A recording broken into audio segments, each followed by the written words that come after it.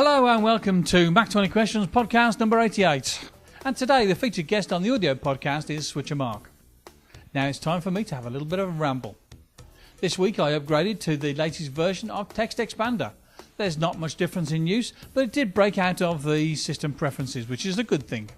In the preferences for TextExpander, I have just set a few hotkeys for creating a new snippet, creating a snippet from a selection, and I might also create one which will do a snippet from the clipboard. In the Sync tab there is a choice of None, Dropbox or Mobile Me. Seeing as I was using Dropbox with the previous version, I chose that one again. There is also a checkbox if you want to share the snippets on a local device such as an iPhone, iPod or an iPad, and I clicked on that as well.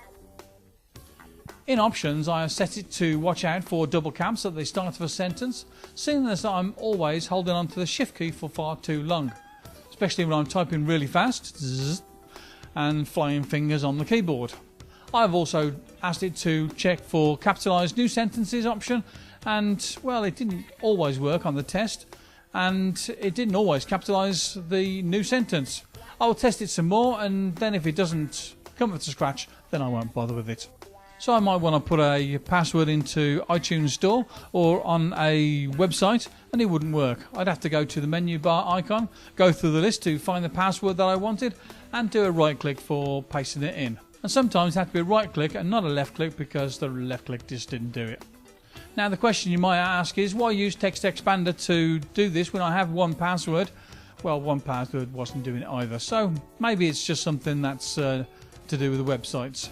At least with the website, there's a possibility that it's because the web designer did a pop-up box to get the username and password, and that might have been in JavaScript or Flash, who knows, and that put the mockers on the task. Now then, while I am in rant mode, I find that there are many websites here in Spain where the designers have recently found Flash and they want to fill the sites with it.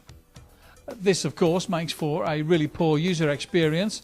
And the web guy, he's, well, all puffed up and proud, sort of, hey mum, look what I did, yay! And I think to myself, you are a twit boy, you are a total twit. An example of this is on a website I look at to see what's on the cinema. I want to use the two-finger gesture on the trackpad, or I want to scroll with my magic mouse, and it just won't do it. So I have to go to the scroll bar on the right-hand side of the web page, and it's been coloured red, makes it look even more stupid, and that's the only way I can scroll through the page, and it's really bad web design. So what I say is roll on HTML5 and boo hiss to Flash. Another upgrade that I did this week was to Scrivener. I've not checked out the new features in it yet, and I'll have a look and see and tell you in the next podcast. Now then, something you might be interested in, especially if you've got an iPod Touch, or if you're going to go for a Wi-Fi only iPad, is a place where you can get free Wi-Fi. You can become a Fonero and get free Wi-Fi in thousands of places worldwide, and it works by you having an extra wee router connected to your network which shares your internet connection with other people.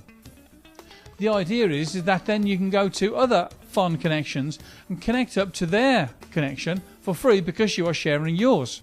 What a good idea.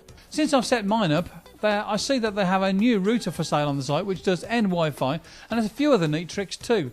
It will do downloads to a USB drive even if you haven't got your computer working, and you can also plug in a 3G dongle and share that connection. Now it's time to go to the sponsor of the show, which is GoToAssist from Citrix. It's excellent if you are the tech support for your work or if you're a family tech support guy. It's really easy to set up. All you have to do is to send your person needing help a URL, and once they follow that and click OK, you get access to their computer. They can sit back and watch things that you're doing to their computer to sort them out, and they have a big red button on their computer which allows them to gain control back also. The thing cleans up after itself and the whole process is totally secure. It works with Windows as well as with Macs, and you can get a free 30-day trial by going to gotoassist.com/techpodcasts. And if you'd like to be featured, why don't you contact me at mac20q@gmail.com. When you are on a single post on the website at answer20q.com, there is a comment form.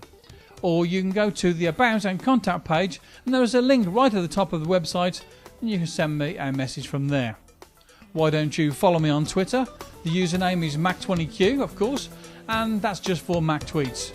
Or you can follow me on Twitter with Wizard Gold for all of my stuff. And I also have another Twitter username, Video20Q, and that's mainly about filmmaking and video types of things. So I'll see you all soon in the next Mac20Q podcast, and bye bye for now.